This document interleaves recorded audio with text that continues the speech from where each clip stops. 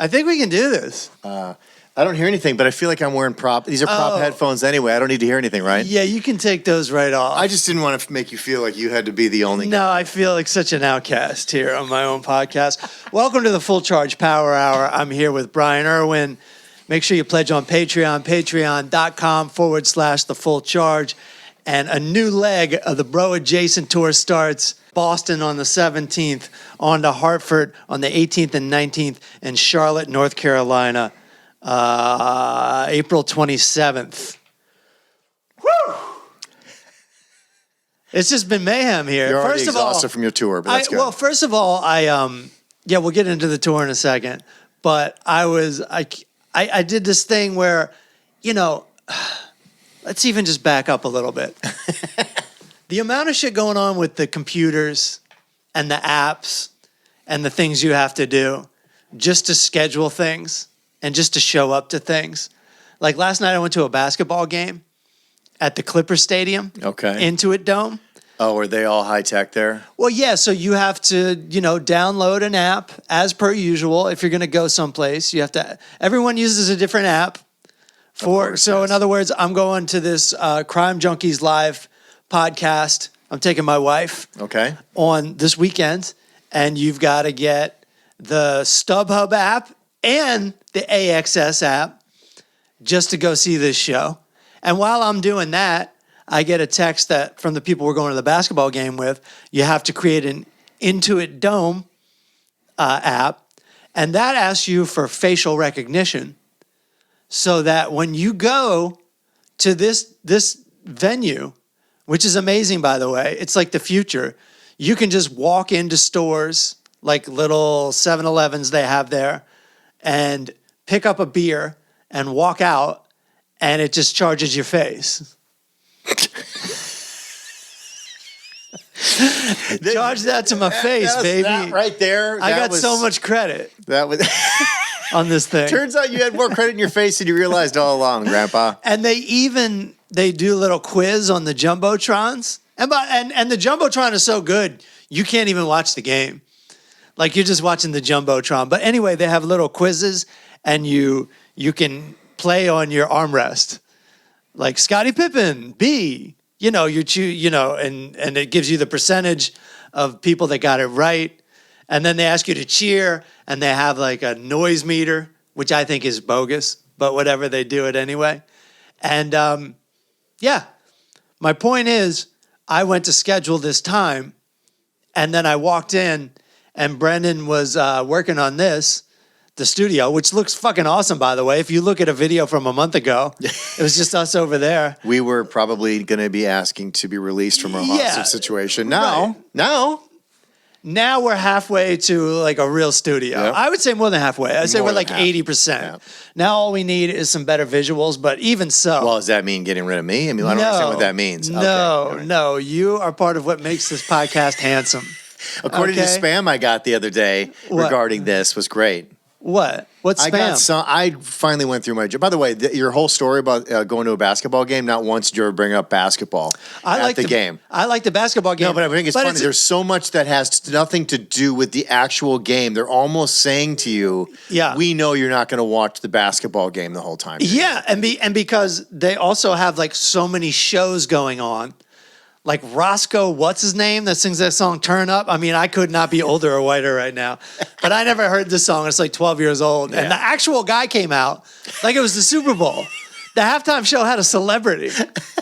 And it's a Clippers game, dude. It's not the Lakers. It's just a regular season game on top of it. Yeah, I know. So I was blown away. And then they have all these fraternities dancing and shit.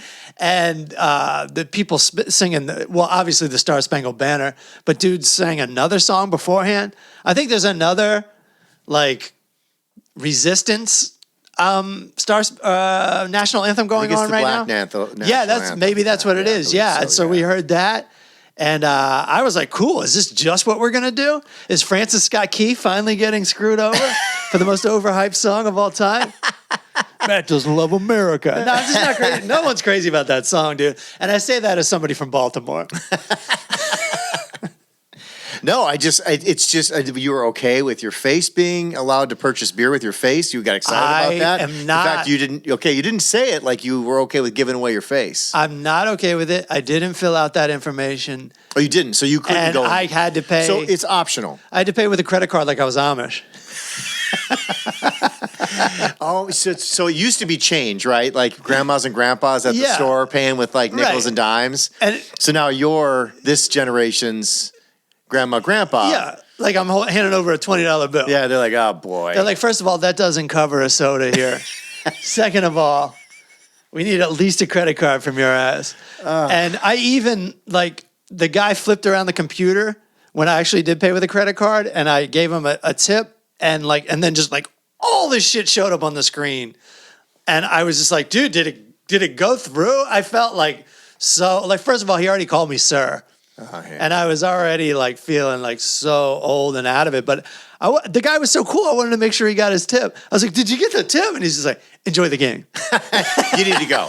We're good here. We're good. You need to go, please. Yeah. Do you need help out, sir? Do you need help out? I will say that in this new world of overpriced stadium stuff, the food has gotten a lot better than our day. It has to. Yeah. You can't be doing the nachos in a helmet with like pouring over some Velveeta and charging, $27 for that. So this place had... Which I think they still do, but that's... They do. That's an option.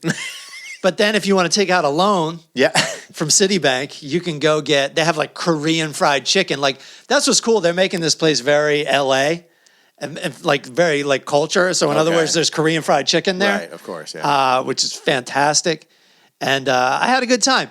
A bit, but there's so much. There's even different apps within. Like there's other apps than the one I signed up for. So you get there and there's different lines for different apps, and it's just kind of mayhem because you have to like, grab people who you can tell are working there. You're like, is this the right line for this app? And it's just insane. That's a lot, and it probably. I know you're making fun of your age, but imagine being like 70 plus, and that's got to be. You're almost like, you know what, I'm out, right? Like they probably like, I can't do this, or they need to bring somebody with them that just does it all for them. Yeah, dude. Like, I mean, you're sitting there and you're going, how is this more convenient than a paper ticket? And the answer is it's more convenient for them. For that, well, yeah, and that generation that's just used to all this stuff. There are people that grow up that love apps and shit and love this. They do love apps, but I'm sure they can handle the concept of the paper ticket. Also, they definitely should have just one app and just one program. Yeah, one master app, yeah. So I'd go again, but on the other hand, it is, I love going to Mets games when I was in New York. I've yet to go to a Dodgers game, even though it's like 3 miles from my house. I know, right? But it's crazy to me, like how much I love it. And then I get there and I'm like, yeah, but you got to get inside. There's a lot of work. It is so much work to get inside with the parking and just the physically walking in. Of course, you got to go through a metal detector now, which I'm all for. Yeah. But it's just crazy. It's like, that was so fun. I'll see you in 3 years. You know what I mean? When I had a great time. See you in a decade. When I just have my tattoo and I can be like, beep, my barcode. Brian got knee surgery. Is that what you got? What did you get? I got arthroscopic knee surgery. Yeah, man. And you're back in the game already. Really? Look, here's the thing. I know I made a big deal out of it, and I thought it was sweet that you and Craig checked in on me before I went in, because I'm like, this is the thing about post age 50, and I know people are like, oh my God, I'm so tired of old dudes talking about it, but it's like, this is what we do here. This is shit that you get into that you don't know about, right? Yeah. So I've only had 2 surgeries in my life. One was in high school for the same knee, same kind of similar tears, right? Yeah. But over 50, there's like a lot of checks and balances all of a sudden happen. So you don't just get to go in and get your surgery. They're like, all right, we got to check your heart. We got to run the blood work. Yeah. We need you to meet with these 6 other people to see if you're mentally capable of handling everything that's going to, like, just all these weird things all these hoops you have to jump through. So do you talk to somebody? No. Oh, I was just making it up, but it felt like The cardiologist thing was like legit. You have to get a chest X-ray on top of all that stuff. Yeah. So basically, it's two things. It's CYA, right? What does that mean? That's cover your ass. Okay. Not my ass. Right. Covering their ass so that like a if I don't hemorrhoid die. They went above and beyond. Above and beyond. Had one of those. That's some bad news. We'll talk about that day. I shit my pants a different day. But that's nothing quite like shitting your pants at work. But so and you can't leave. And you don't have a backup plan. And you don't have a backup plan. It's never good. All right. That's basically just take your underwear off and wear your pants there, right? Yeah. But that ship sailed? But you're always constantly under threat for the rest of the day that you're there. That is, your bulletproof vest is off. Gone. Yeah. Gone. There's nothing between you and the bullet. And the end. Yeah. It's over at that point, White knuckle. White rectum. Yeah, so you have to get all these tests. And then if you're anything like me, which I have anxiety, I don't get treated for anything. I just know I have it. I start getting a little bit worked up. Yeah, man. Why? Are you concerned about something about me? Because I thought this was just a real simple, I literally didn't even think they were going to put me under. Yeah. Because it was such a simple surgery. I thought they were going to kind of put a curtain up and numb me down below like a tooth. Yeah. And just go to town and be like, all right, that's a wrap. But so when they put you under, they got to run all these tests. So then they make me think, well, what do you mean? Is there a chance I'm going to die? Right. There's always a chance you're going to die, There's always a chance. And I couldn't figure out why I had so much anxiety. And then the day before the surgery, I was talking to my mom. And I said, they told me that the reason why they do this, they have to give you the numbers. And I said, they give you all the numbers to your primary doctor, and then they tell you what the risk is. They do a risk assessment. Right. To sign off for you to go get surgery. Yeah. Over 50. And they said, you have a 3% chance of something going wrong. Wow. So basically 97% chance. Right. It's all, and they go, so you're good. Right? But you want to hear point something. No, you want to hear less than 1. You don't want to hear anything but 100%, 100%. If you're out of your fucking mind, okay? Right. So I was like, this is great. And so I have this conversation with my mom. Yeah. And she goes, 3%? What does that mean? I'm like, there it is. Now I know where I got my shit from. You didn't say 97%. You went straight to what is the 3% margin? What would be, what's giving you the 3? Yeah. I'm like, why are we focusing on the 3? Let's focus on 97. Yeah. Right? Yeah. And I know she didn't mean anything by it, but I finally got solved a mystery in my life of how I view things. Yeah. Right? I don't know how you are. I'm exactly like that. My family, my mom's more like that. My dad is more of we have to face that reality. He faced it dead on 3% is real. 3% is real. And that also small and minuscule. But also small and minuscule, and you got to do it anyway would be his thing. Whereas my mom would just be she'd be worried. Even though this specific thing, I don't know if she would be as worried. They go to the doctors and they get operations all the time. My point is, I was also raised in a house where you better be goddamn well aware of the worst case scenario. Yeah. And you better fucking worry about it. And you better keep your mind on it, or it's possible it's going to happen. Yeah. That's pretty good up to a certain extent. And then you find yourself getting really tight about everything. Well, as it's almost kind of like performance, right? They used to, and I'm sure you probably have gotten past this, but early on when you used to do stand-up, you'd have this nervous energy before you get called up on stage. Still have it. And so what somebody said once is that you have to understand what that is. Mm-hmm. And a lot of times you immediately attribute it to the most negative thing, which is bombing, anxiety. It's the negative form, to where actually what a lot of this is the anxiousness comes from, I want to get up there, I want to perform, I'm excited about that opportunity. Right. And so even when it comes to it, I'm not excited about the opportunity to get operated on. Yeah.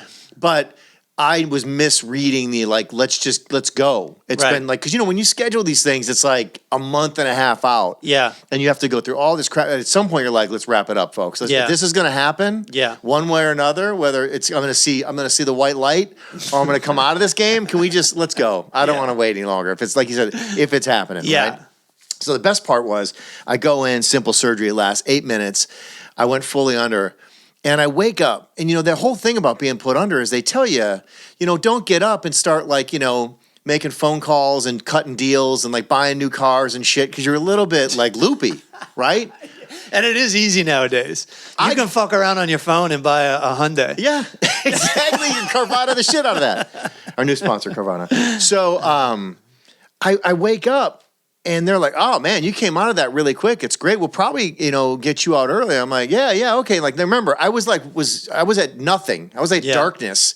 And the next thing you know, they're like, "Hey, there he is." Like that's you need a sec. Yeah. This isn't like waking up in the morning normal sleep, right? Yeah, like, I've done it a long time ago. I got my wisdom teeth pulled, and I remember what you're talking about. But then they started coming in and asking me questions and asking me to sign shit. And then then somebody came in from the pharmacy that was like, "Well, we got your drugs here.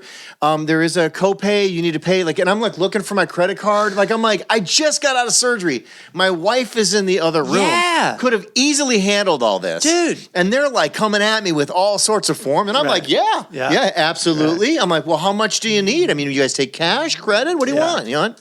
You need my face? You need to recognize my face? Like, what is it? Like, I just thought it was weird that they tell you not to do that stuff in the paperwork in advance. Yeah. But then they're like, let's wrap. Now they want you out. But they want you signing shit. Right. So it was their advice not to sign shit. And then they pointed I'm over there going, it looks good to me. Yeah. And you're like, "Hey, Natalie, we own a 2-story house in Burbank now. I'm so sorry. But it's under the doctor's name, but we're paying for it. I don't know how that. It's kind of a mess. Anyway, the bottom line is it all came out good. That's good. Yeah, I was on crutches for a short period, and then I called and said, "Can I please get off crutches?" And they said, "Go ahead." That's great. And so you're just fine now? No.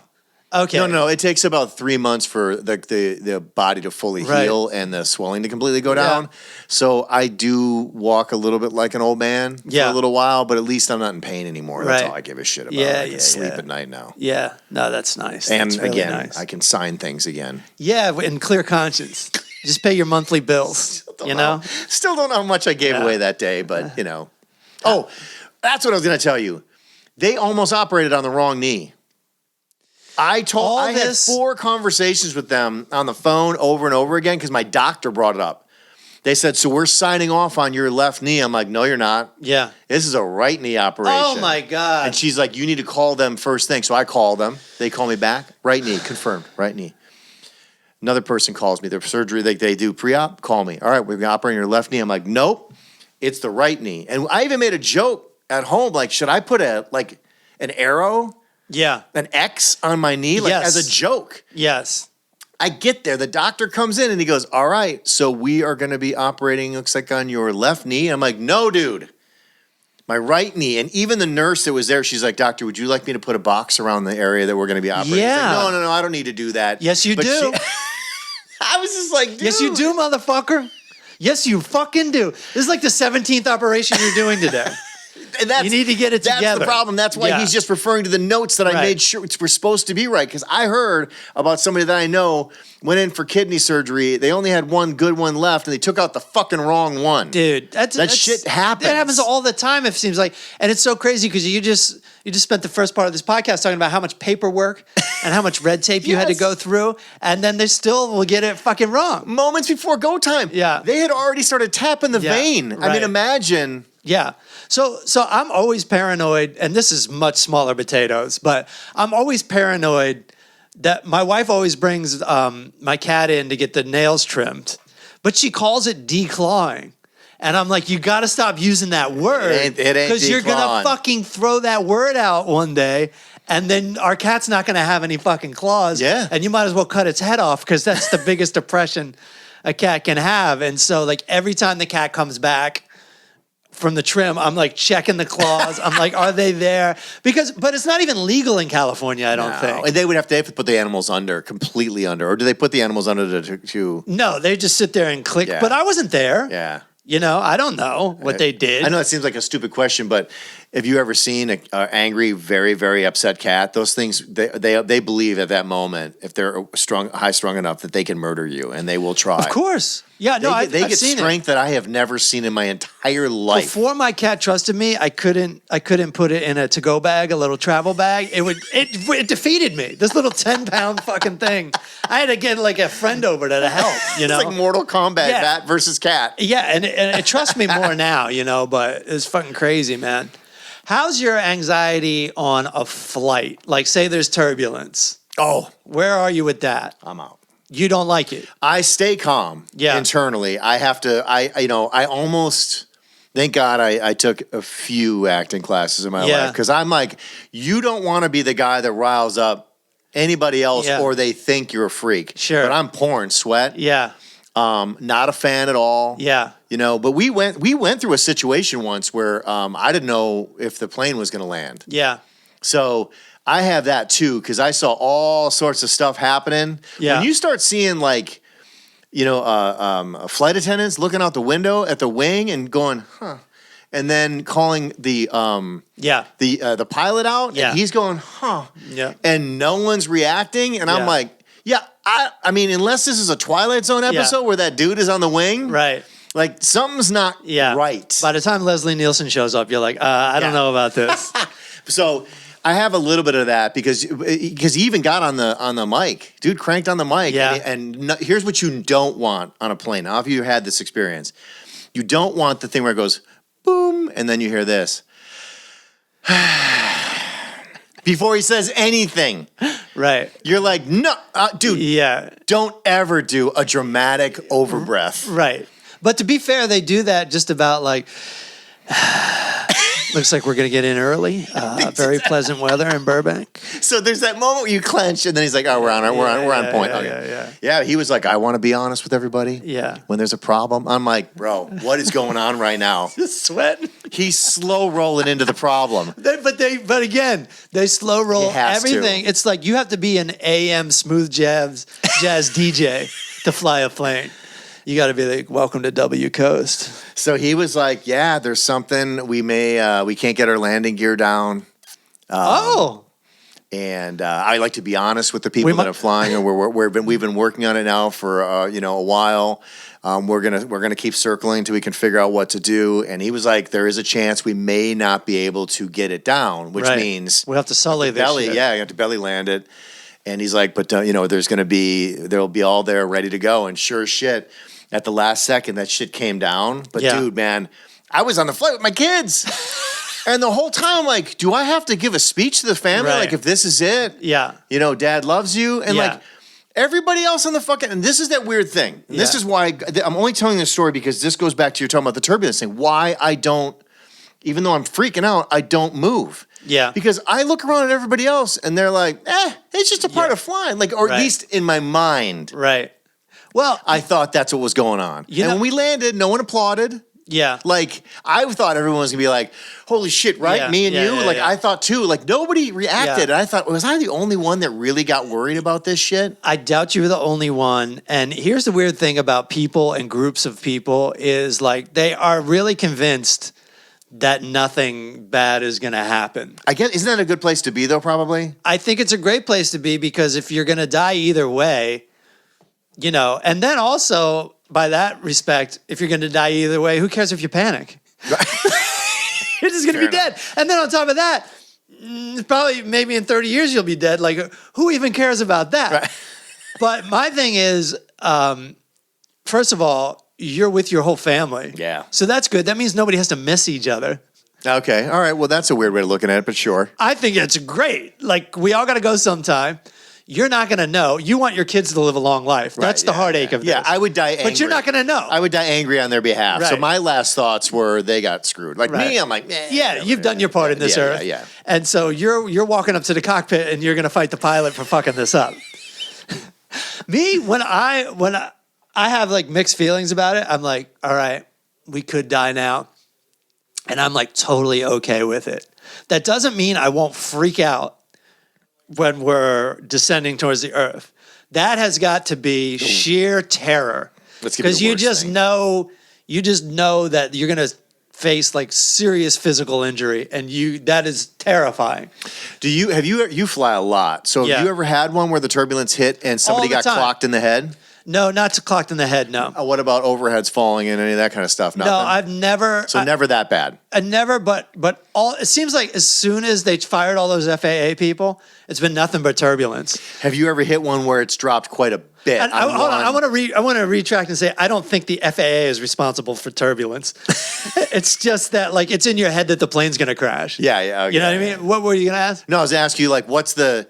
Like I've had like the bam, bam, bam, bam, bam, bam, but I've never had like some people. My dad had one where it felt like it dropped a couple 100 feet and then leveled at. I felt that. But they, obviously they were prepared for it. No one was standing around. They knew they were going to hit some. I'm assuming it's some sort of pocket, whatever turbulence is, some air pocket. So you've had it where you've dropped dramatically. Definitely. See, I've never had that. That feels like that'd be a ride at Six Flags for a hot second. It's but not one you want to be on. It's kind of fun, and if you're on a way to a gig you don't want to do, it's kind of like On the way home, it's a bit more dramatic. But here's one thing that I will share with you and with the audience. My dad is an aerospace engineer. Okay. All right? So you have conversations. Not even. But he's never said to me, don't get on that plane. It's too dangerous. Do you understand? Like, he has so much faith. You want to talk about underlying things where you get like little ideas or little philosophies on life. We've never really talked about it until recently because of the firings on the FAA.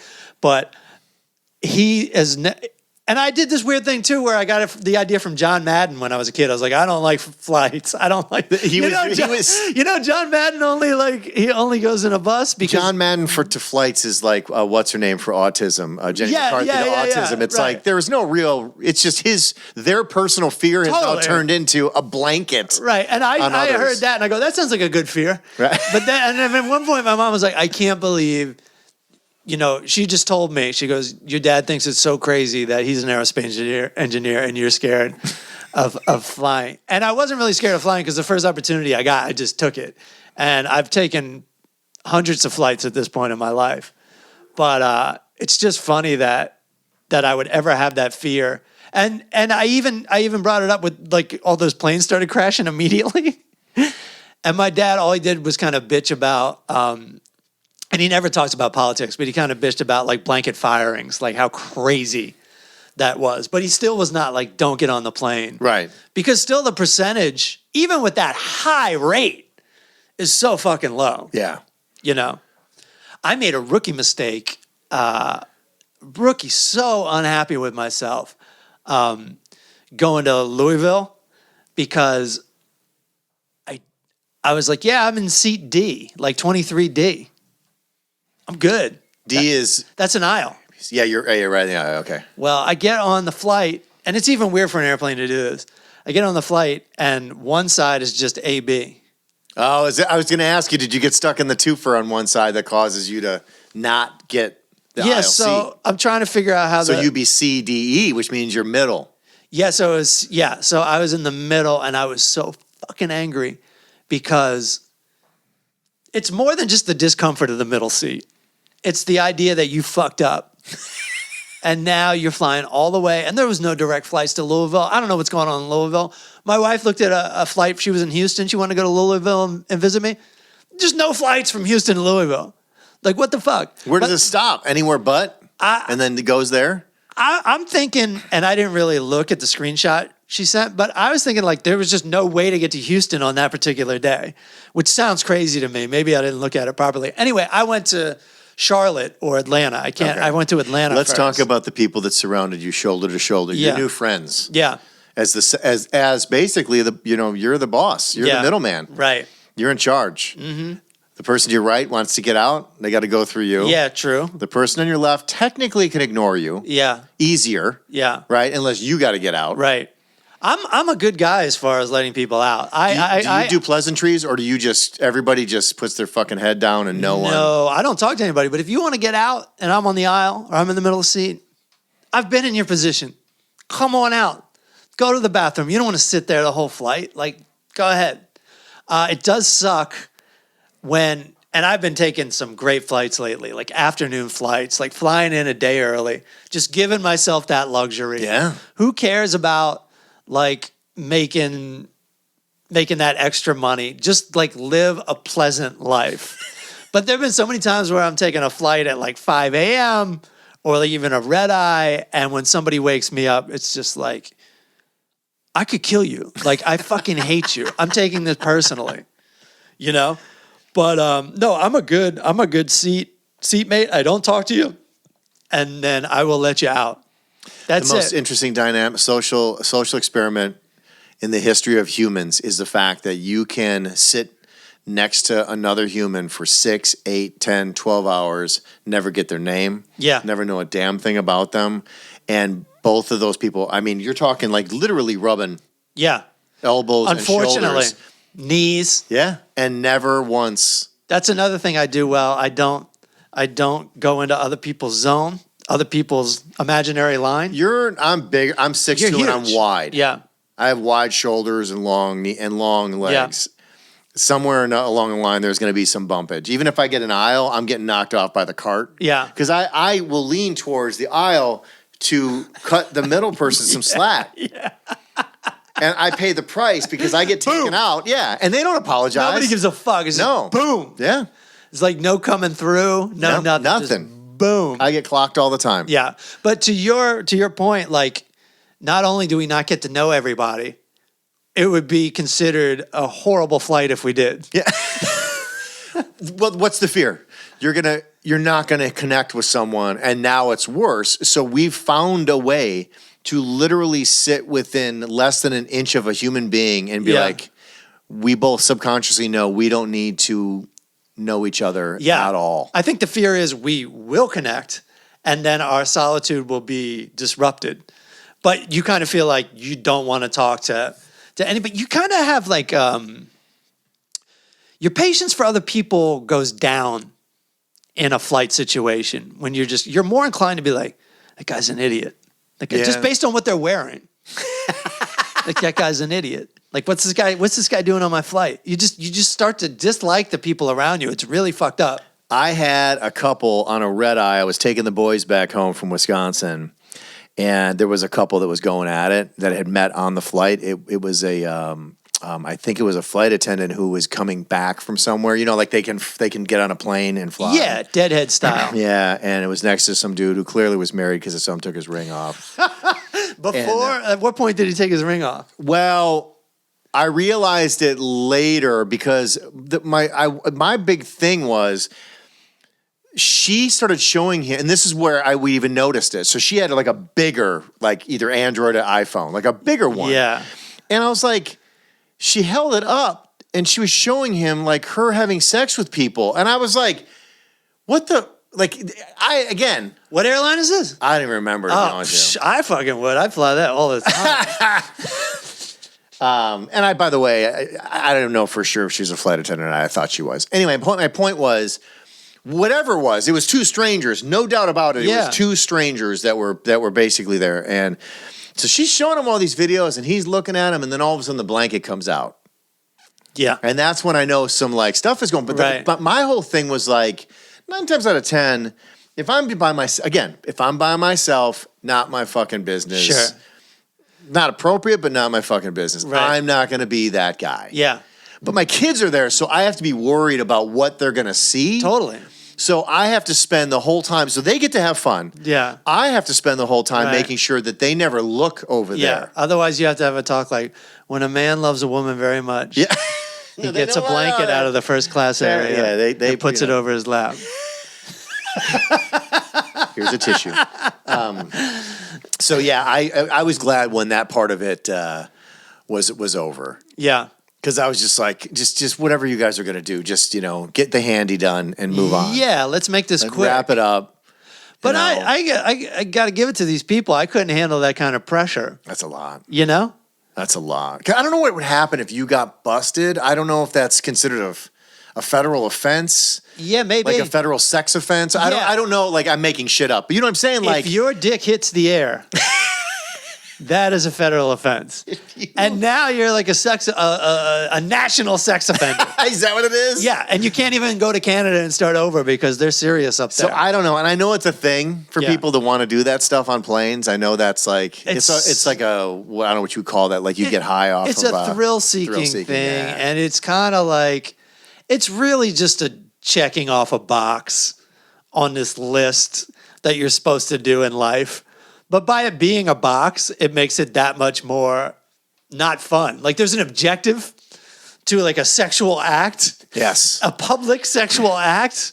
Louisville's real. I went there. It's pretty fun. It was like it was a small crowd, but it was a ton of fun.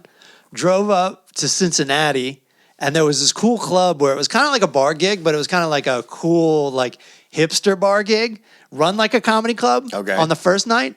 But then on the second night, the guy that runs it, the guy that has the vision, didn't show up, or not that he didn't show up.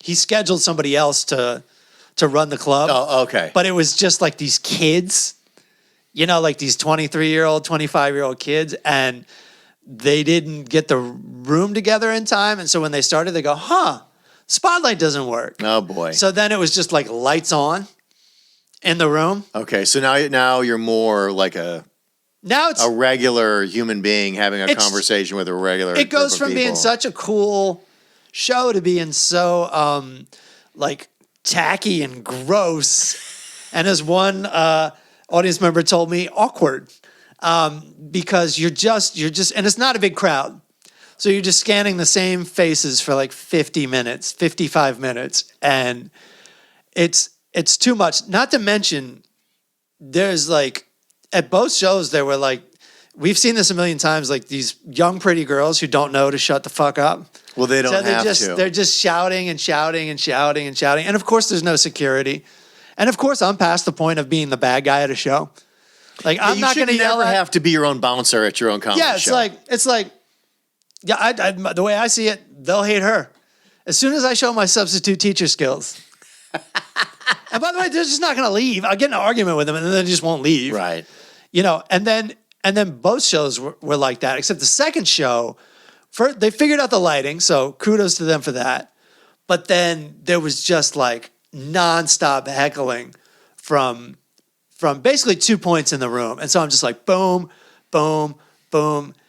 And it was heckling you or heckling each other? Me. And so I'm squashing it and then trying to get back to where I was and going, squashing it, trying to get back to where I was and going, to the point where I just start like bitching people out in a fun way. The show never got weird.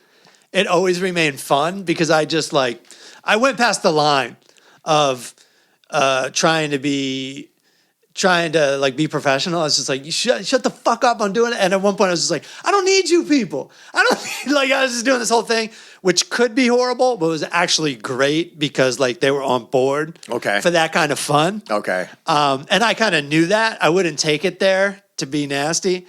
And it was so funny. This local comic came up. She goes, yeah, I've been doing this for a couple of years now. And I've never seen a headliner who admitted he didn't want to be there.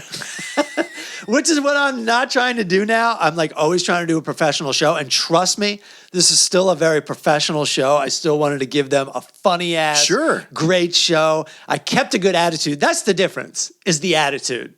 It's really not the words. If I was actually angry and saying these things, but I was just kind of like entertainingly frustrated. Yeah. You know what I mean? And that's such a huge difference. Well, she hasn't done it long enough to know. Exactly. That you had a plan. Yes. And it included joking about stuff like that. Yeah. And she took everything on face value. Yeah. Of like, why didn't you just tell him to shut the fuck up and just do your set? I did like, both. Yeah. Yeah. Yeah. The silver lining and all this, ticket sales were tough on this. Like I had to like keep promoting, getting my most famous friends to tweet it out, and it was still a tough sell. But the good news was I heard that there were low ticket sales in Nashville. And so I think I might have mentioned this when I went to that wedding in Jacksonville. People are always like, what are you up to? What are you doing? And the way they ask me, and we've covered this, is kind of like, are you still doing comedy? And so like you almost get defensive and you're like, yeah, I'm going to be here. I'm going to be here. I'm going to be here. I'm going to be here. But what fucks you on that is then they'll go, oh, we'll go see you in Nashville. And it's like, oh, now there's talk of them like driving up from Kentucky, renting a hotel, and all this stuff. And if there's only, and I get this text that there's low ticket sales. And so I'm like, Jesus Christ, I do not want to go up just in front of them. Do you know what I mean? Yeah, like my wife's aunt and her husband. Like, I just am not interested. And by the way, I've done so much comedy in front of so many of her family members. She has hundreds and hundreds of people in her family, and no matter where you are, they're coming to see me. But I was like, hey, man, I took it like a little step further, and I texted them. I go, hey, ticket sales are low in Nashville. It might get canceled. I'll keep you posted. There was no talk of it being canceled. But I was like, it might be canceled. And then the conversation just started, and then I just pulled the trigger. I go, you know what? Why don't you come see me when you come visit in California? I'll take you to a packed house. We'll go to a club I know of, a club where I have a draw. It's not really my draw. It's the fucking club's draw. But they don't have to know that. And like, let's do it that way. And then that was before, that was the first day of the tour where I hadn't even done one show yet where I'm taking care of that. And it was just such a load off my mind. Oh, so they agreed. They agreed to it. Okay. And then at that point, even if they didn't agree to it, I could just say, I told you not to come. Yeah. You know, but you know the deal. We know the deal. We've talked about this a lot, and we'll talk about it for a second, just in case it's the first time you listen to this podcast. If someone sees you in front of 12 people kind of eating a dick, and yeah, you can keep a good attitude and make it fun, which I did, and there was more than 12 people by the time I started. My point is, if it goes sideways and you're just up there for an hour battling with audience members and it's embarrassing, and then they can never unsee that. Yeah. And then they legitimately will ask me, are you still doing comedy? Is that your career? Is that what your life is like? Yeah. You know, and you just don't want it. And I didn't invite them in the first place, by the way. I wasn't like, yeah, you got to come out. I did bluff and go, yeah, that would be great. And I'm just like, fuck. Just taking another swig of that fucking Well, drink. you know the rule. You never want to not encourage someone to go to comedy. So you have to always lead with that, even though if you know what you're all about to walk into is probably not the greatest of circumstances, right? Yeah. I actually was fairly lucky with almost all of my family shows. Yeah. There was only one where I think that my material didn't translate to the city that I was in. Yeah. And so that one didn't go great. Yeah. But most of them, I've been fortunate enough where there's enough juiced up audience in there where you're like, oh, thank God they're covering. Right. Like even if I, misfire on a joke, these people were ready to rock and roll tonight. So I'm good. And that's what you have to remember is like, it's like anything. It's like a good movie, a good book, a good television show, a good comedy set. You can be the world's greatest comedian, and if the audience doesn't respond to you, the joke doesn't mean the jokes are bad. Yeah. That just means the audience just wasn't into it that night. The people that come to see you they can't separate that. They have to hear the laughter. Yeah. They have to hear the full extent of the success to know that what you did was right and good and not funny. only that, it has to look like television because they don't watch a lot of live shows. Yeah. They think it's all Netflix special or nothing. So I was so happy because I've said yes so many times and it's always usually gone well in front of her family. But it's just like, you're never off the hook. It's like you pulled it off, and then the family member tells another family member, and they're like, well, we definitely got to go see him. We definitely got to go see him. I told you I was playing in Caroline's, and I told my wife was bringing her uncle, and this is in New York in Times Square, and I go, okay, that's cool. I got you free tickets. And then you also have to take that other step, like that total other step with the bluff. And like, yeah, I'm going to get you free tickets. Yeah. Even though I don't want you to come. Yeah. And I told my wife, I go, just do not sit in the front. And then the show starts and I'm looking around and I don't see him anywhere. And I go, and like, I'm just like, no, please don't. Oh my walking God. in and go, bam. They're sitting in the front.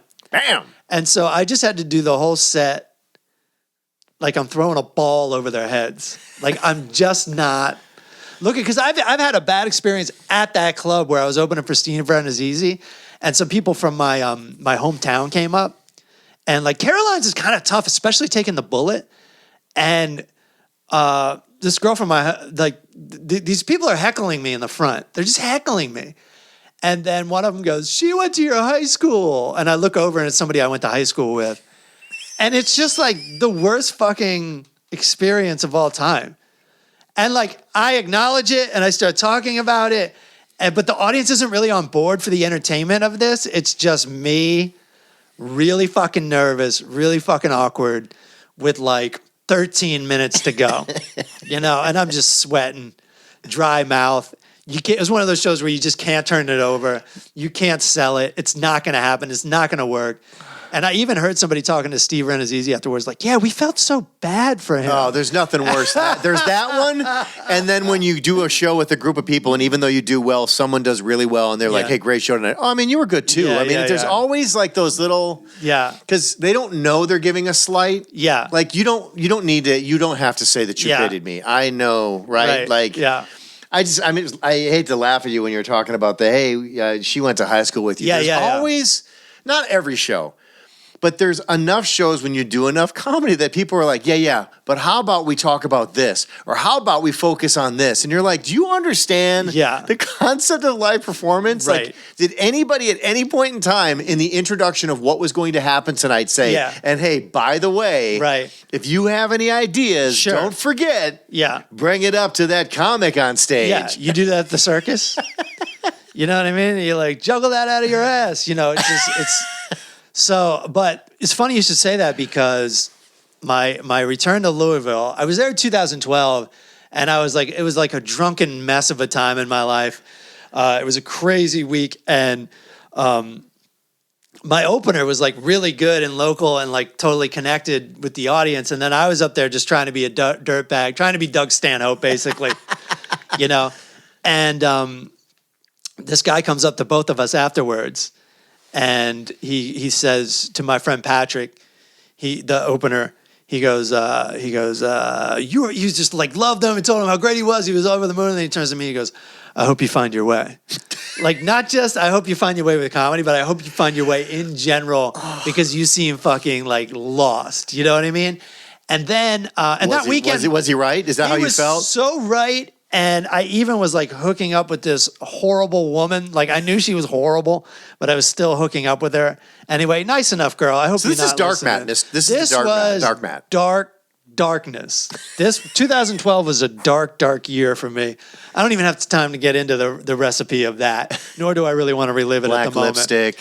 But I kept in touch with this guy, Patrick, and he opened for me this time around. And it was so great because like I put so much work into my stand-up since then that it's great that like this guy, he's got a whole different life now. He's got like a family and a real job, and he even participates in the local wrestling scene, but he's still like an awesome, really good, smart comedian. And then on top of that, like I just got to go up and I was like really just so good and professional, and just like I could just feel like I've improved since then, but I've improved since like, I don't know, 3 years ago, dude. Like I've just put so much work into it. You never stop building on something if you're into it. But like I finally have like hit like about fifth gear on this, and I finally can do an hour with being like, what's that joke? What's the joke? I can just be like, I got all the jokes in my head. I can do them. It's all mapped out like the fucking Beautiful Mind. And it's just like, the tour was like really tough. But it was like, afterwards I was like, oh dude, like I got this. So I'm taping a special in November, and like now all I have to do is tweak and work and do this. It's such a cool place. And like after the first show, that quote unquote awkward show, this dude came up to me and he told me he was like a scientist. And then he told me that my stuff was really smart. And I was like, all right. There it is. All right, dude. And then he started naming like other comics, like popular comics that he's seen, that he didn't think they were very good. And that's when I was like, all right, dude, like I got it now. Like I'm fucking, cause it's, you hear so much negativity in this business and like on the internet and stuff that you forget what you're capable of. If you really just like put the blinders on, stop paying attention to that shit and just put the work in. Yeah. Dude, it was like the tour was such a victory. Made dick for money. You know what I mean? But like such a good define success with me. And it's so much better also to have a goal. Like I'm taping this special. So I'm getting this hour ready for this special. So you stop thinking about things like, is this club going to have me back? Am I making them enough money? Is this table going to be okay? It doesn't matter. Like all of a sudden it's not about them, which is actually a good thing. Sounds like a bad thing. It's actually a good thing because it's more like, no, I'm driving the car. We're not going to stop and pick you up, dude. Like I'm driving the car. You're watching me drive the car. This isn't about you, you know, and it's a good place to be. So, and I'm about to go back on tour in 2 weeks and I'm fucking psyched, man. No, you hit the nail on the head. What you always have to get to the point. And people should never take this the wrong way. You have to be you, and you have to do what's good for you. Yeah. And that ultimately what gives the best performance for these people. Yeah. And again, they don't travel with you. It's not the same audience every night. Yeah. So that's unfortunately it can't be about them. Of course you want them to laugh. Yeah. Of course you want them to have a great time. Yeah. But 50% of that's on them. Yeah, and for sure. where they were coming from that day that they showed up. You know what I mean? Yeah, Like totally. if you came to the club looking for a fight, you're getting in a fight. Sure. Yeah. No. Self-fulfilling prophecy. Yeah. It's right So on. all your comedy has to be about you. This specific, I totally get why you're presenting it this way because there's an end game here. There's a goal that you need to get to. Mm-hmm. So you're right. You can't worry. There's so many of those things that maybe in the past you would have worried about. Yeah. But those things don't come into play for the end game. And Right. it's not relevant. So you have to just clean the table of all that stuff because it doesn't help you in the end. Yeah. I also played a trick on myself too, where because I was overwhelmed when I left for the tour. But by the time I was going on, by the time I told my in-laws not to come to Nashville, I was starting to feel a little bit better. And then just to completely left myself off the hook, it's just a game, probably, is like, well, I'm quitting after this special anyway. Right? So then you really don't fucking care. And all this shit sounds like negative, but it actually just works so well when you start taking like that goal away of, oh, I got to kill the night in front of them. Or just like, no, I have this objective. It's my personal objective. This doesn't matter anyway because I've already quit. Like, and that works for me. I don't know if that works for everybody, but I totally let myself off the hook and I was free to have a good time. It's also about attitude, man. Yeah. There's a difference between like trying not to bomb and trying to do a good show. And defense versus offense. And I was offense and I was able to riff for 5 minutes up top, which is a huge help because then it's like normal and regular. You're having a conversation. That's when you are paying attention to their city. Talk about your experiences in their city. So fucking A, man. Took a long time, but I'm up and running.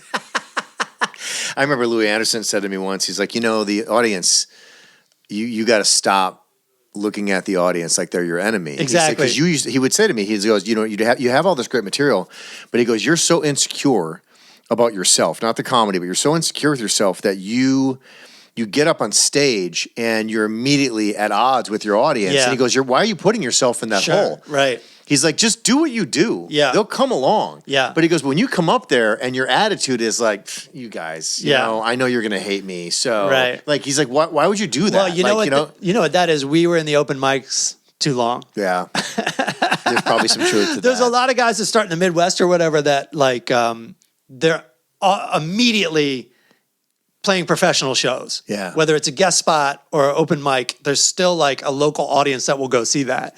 Whereas we did so much comedy in front of comedians. Yeah. You really had to spend a couple years correcting that mentality. That is you know true. what I mean? Yeah. I mean, because you were getting a resistant audience for sure because they were just waiting to get up. Yeah. If they were even looking in your direction. There was, what was that place we used to do? Was it Bar Azur? Yeah. Yeah, Bar Azur. When we would do that, I think we got to a point there, at least at that place. Yeah. I thought we got to a point where we were all fairly supportive of each other. That was unique. We would say like, hey, Matt, that was a really good joke you just did. Yeah. So it wasn't about laughter as much as it was like Right. people would say to you afterwards, like, I like that one. Keep that one in the roster, you know? And then you could at least get something out of it. It was more like a workshop. Yeah. There's that weird scenario where it wasn't an open mic and it wasn't a real show. It was kind of like a workshop amongst friends. It was a quote unquote comedy club. I think we all found each other there, though. I think when I look back on that place, that was an interesting show to run because after a while, it was the same crew that would come every week. Yeah, for sure. Where a lot of open mics, you're getting a lot of different faces every week. And then again, so you're getting everyone's anxiety sitting in front of you and you're trying to figure out if there's anything you have to say that's got value. Coffee in some cases. It's at a coffee shop, getting jacked up and nervous. So anyway, I think you're right. I think that was probably outside of the norm at that place at that time. Was a little bit more supportive than I think most open mics. I'm not bashing all open mics. I'm just saying they ain't easy. Yeah. Before we go, I want to bring up something I've noticed since I got back to LA that's driving me bonkers. I don't know if you see it too. I don't know if I'm the only one that sees it. I have several friends and acquaintances, 3 I can think of offhand, who just do not train their dogs. There's no training. There's no sit. There's no commands. They just, if the dog is climbing all over you, they just shout their name 3 times and then just give up. Have you noticed this? Like the airline pilot before he says what he wants to say. I'll take my deep breath. Yeah.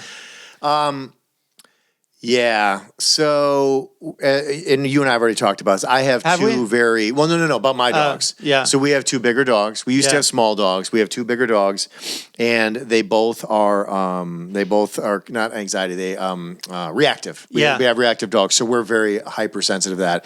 We put a lot of time into the training. Yeah. The command words, all that kind of stuff, because we have to control them. Enough. And I remember a friend of mine came over one time and he goes, I hope your dog's not going to jump on me. I fucking hate when I go to houses and people let their dogs jump on you when you walk in the door. And I go, no, I wouldn't.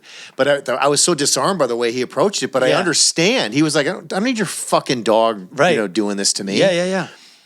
What's happened in the world that we're in, because I'm in the dog world, is people are treating their dogs like feral toddlers that somehow or another are going to grow into human beings and figure life out. And also, like, that's not what fucking dogs do. No. Dogs need structure and commands. Yes. And also, the people that are visiting you don't need your fucking dog in their lives. Like, I understand that. And I know you like animals, and that's fine. Yeah. But that doesn't give them the license to let their animal run amok on you. I know. But there's a lot of that going on. And I'm just keeping my mouth shut. Like, I want to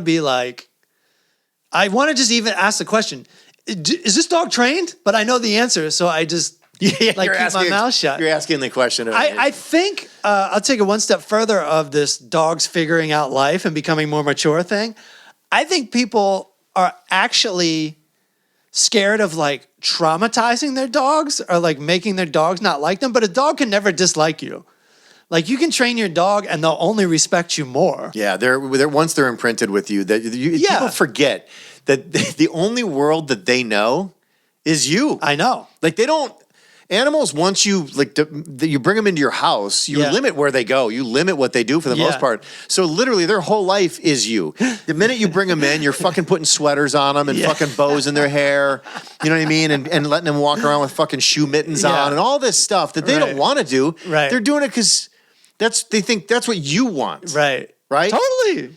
Right? Yeah. No dog wants to go fucking skydiving. No dog has ever said, I would love to be strapped to my owner with fucking goggles on and fucking jump from an airplane. No dog has ever, but they do it. Yeah. And they do all this shit. And it's like, I'm a huge animal lover. Right. But I look at all this stuff and go, what the fuck are you doing? Do you not understand the difference between an animal and a human and where their joys, their passions, which they don't really have passions, right? I mean, they may like licking themselves a lot. They like eating and running and shitting. Yeah, like regular animal shit. Yeah. They barely like hugging. Yeah. Again, another thing they tolerate from us. So yes, it drives me bonkers for people who don't train their pets. It also is the same people that walk their dogs without leashes. Oh my God! And their dog runs up to you and they go, it's okay. My dog is really harmless and just loves people and loves you. Yeah. And you go, I don't want to be a part of your life. Yeah. I don't want to live in whatever your it's okay bubble is. And they condescend you. Yes. They're like, take it easy. I vouch for this dog. Really? Who the fuck are you? I don't know you either, asshole.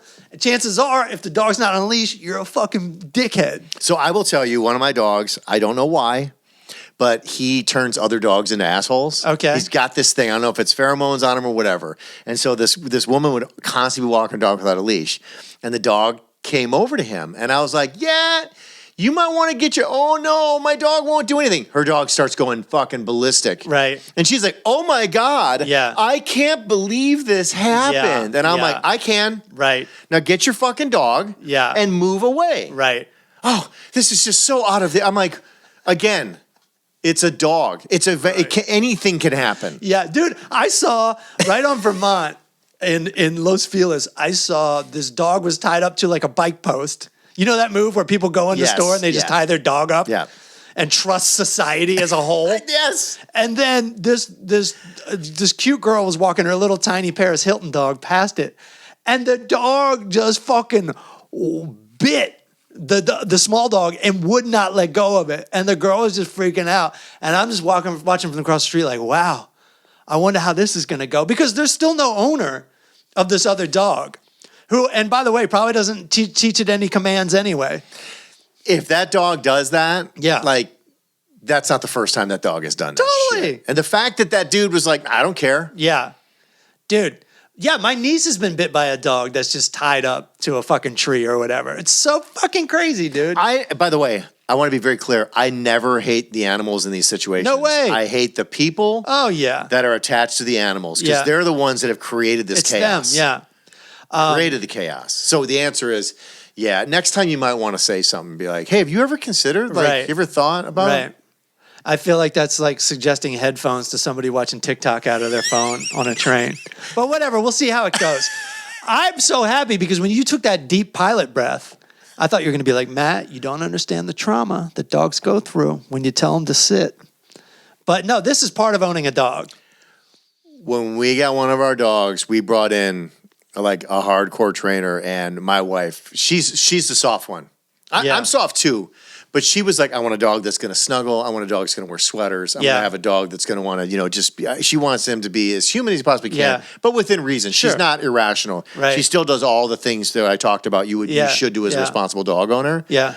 But the hardest thing for her when we first got him, the guy was like, here's what you need to do if you want to break your dog and have a great dog for the rest of your life. For the next 30 days, I don't want you to pet the dog. I don't want you to do anything. Oh, my God. He's like, I want you to ignore the dog because the dog will respect you. Oh, my God. For the rest of its life if you do this. And he goes, and trust me, it's going to be really hard. Oh, yeah. No dogs on couches. No, he goes, and it's like this whole, it was really hardcore. Yeah. And it was hard. She was counting the days. Oh, dude. 29. Because the dog was confused because he was like loved, right? She's like, let's do it in February, and then all of a sudden the dog was like, so what are you guys doing over here? And you're like, nothing, and like turn away, and it was hard at first because you are again in your mind you're like, this dog is thinking like I'm thinking, and the dog is not, right? And then after that 30 days, it was like back in the game, dog was a completely different dog. It's like the dog's like, this is how this pack works. Yes, right. Exactly. That's all. All the dog was picking up. Like he needed to know where he stood. Right. That was it. Yeah. And once he did, it's been great. Yeah.